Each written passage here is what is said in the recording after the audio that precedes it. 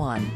The Moon doesn't orbit the Earth. Instead, it travels with our planet, sometimes behind, sometimes ahead, as Earth revolves around the Sun. In fact, the Sun is in charge of the Moon's motion. Edberg believes the reason we think the Moon orbits Earth is because it seems that way from our perspective. We see it opposite the Sun in one instant, and then 2 weeks later, it may cast a shadow on the Earth, while in the direction of the Sun. But Edberg points out that we are missing something and should look at the bigger picture. Over the course of a year, we must consider the Moon as it relates to the Earth, as well as the Sun. Once we do that, we will see that the Moon's path is actually around the Sun, as it moves in tandem with Earth, no loops.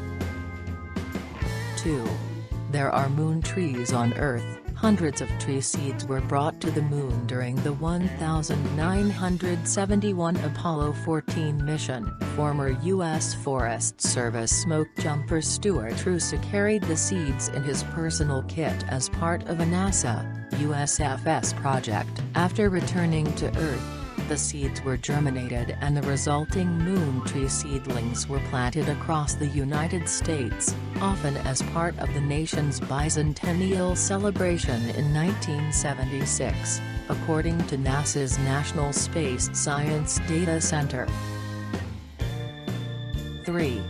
There is no dark side. Think of it like this, Edberg explained: if you put your arm and fist out in front of you and turn around in a circle, you see one thing, your fingernails and inner, near side of the fist. Someone who is watching you sees something else, your knuckles and the outer, far side of your fist. Since the Moon is tidally locked to our planet, we always see it from the same perspective, the dark side that we know from popular culture. Think Pink Floyd's 1973 album Dark Side of the Moon, and a 1990 thriller of the same name, is really the far, or night side. It is the part of the Moon we never see and one which has a day-night cycle opposite to the one we witness on the near side, according to Edberg. On August 7, NASA released images of the rarely seen far side of the Moon. 4. Over time, we see more than half of the Moon, thanks to libration. The Moon moves along its orbital path and farther away from Earth, at a rate of roughly 1 inch per year, while traveling with our planet around the Sun. If you were to look closely at the Moon as it accelerates and decelerates on that voyage, you would also see it rock north-south and wobble east-west in a motion known as libration. The result of that motion, a glimpse of the orb that is usually hidden, an additional 9%. Sadly though, we will never see the other 41%. 5.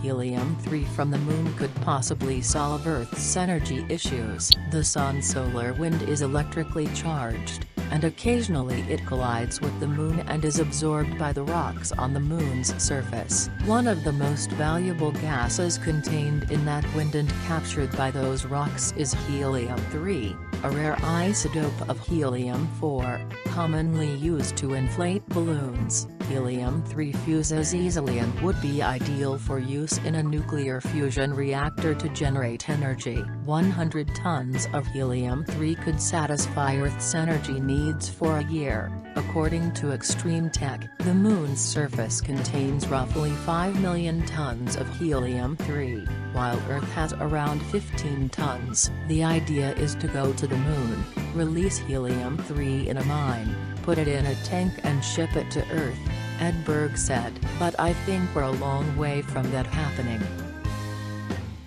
6.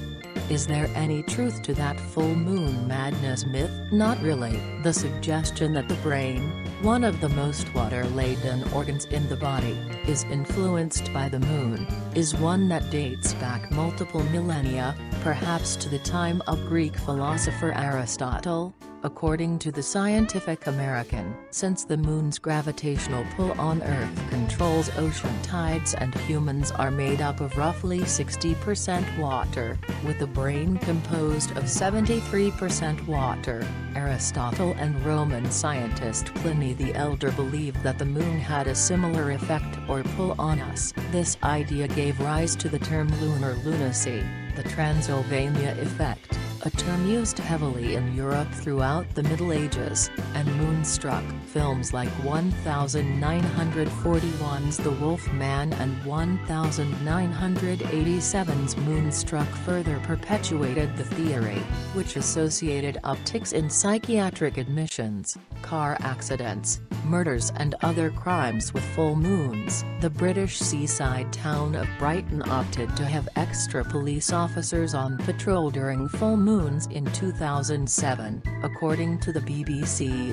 The decision came after research by the force determined that there was an increase in violent incidents during full moons, as well as on paydays. Yet science tells us that there doesn't seem to be a significant statistical relationship between human behavior and the full moon, according to several studies, including one done in 1985 by U.S. psychologists John Rotten and Ivan Kelly. Instead of the moon's pull affecting our psyche, perhaps it is simply the added light that results in higher crime rates. At least that is what police in West Michigan believed in 2014, when they decided to put additional cops on the streets for a full moon that coincided with the superstitious date of Friday the 13th. 7. The case of the missing moon rocks. During the 1970s, the Nixon administration gave rocks taken from the moon's surface during the Apollo 11 and Apollo 17 missions to the leaders of 270 nations, as well as states. "We'd like to share a piece of this rock with so many of the countries throughout the world," Apollo 17 astronaut Eugene Cernan said about the lunar meteorites, later known as Goodwill Moon rocks. "Unfortunately, more than 100 of those rocks went unaccounted for and are suspected to be circulating in the black market." While working at NASA in 1998, Joseph Guthans created a covert operation called Operation Lunar Eclipse to crack down on the illegal sale of these rocks. Why all the fuss? A pea-sized piece of moon rock could garner up to $5 million on the black market, according to the BBC. 8.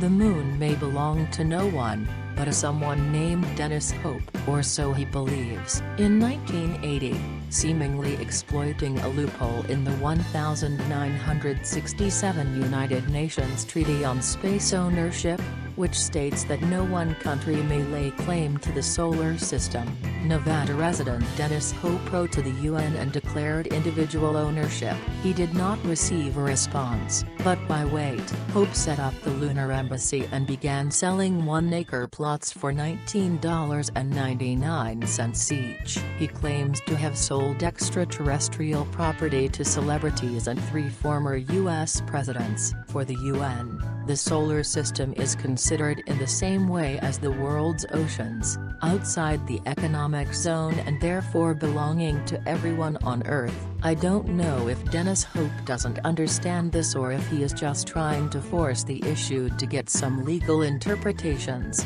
Edberg said, so that development of resources in the sky can begin with less legal uncertainty.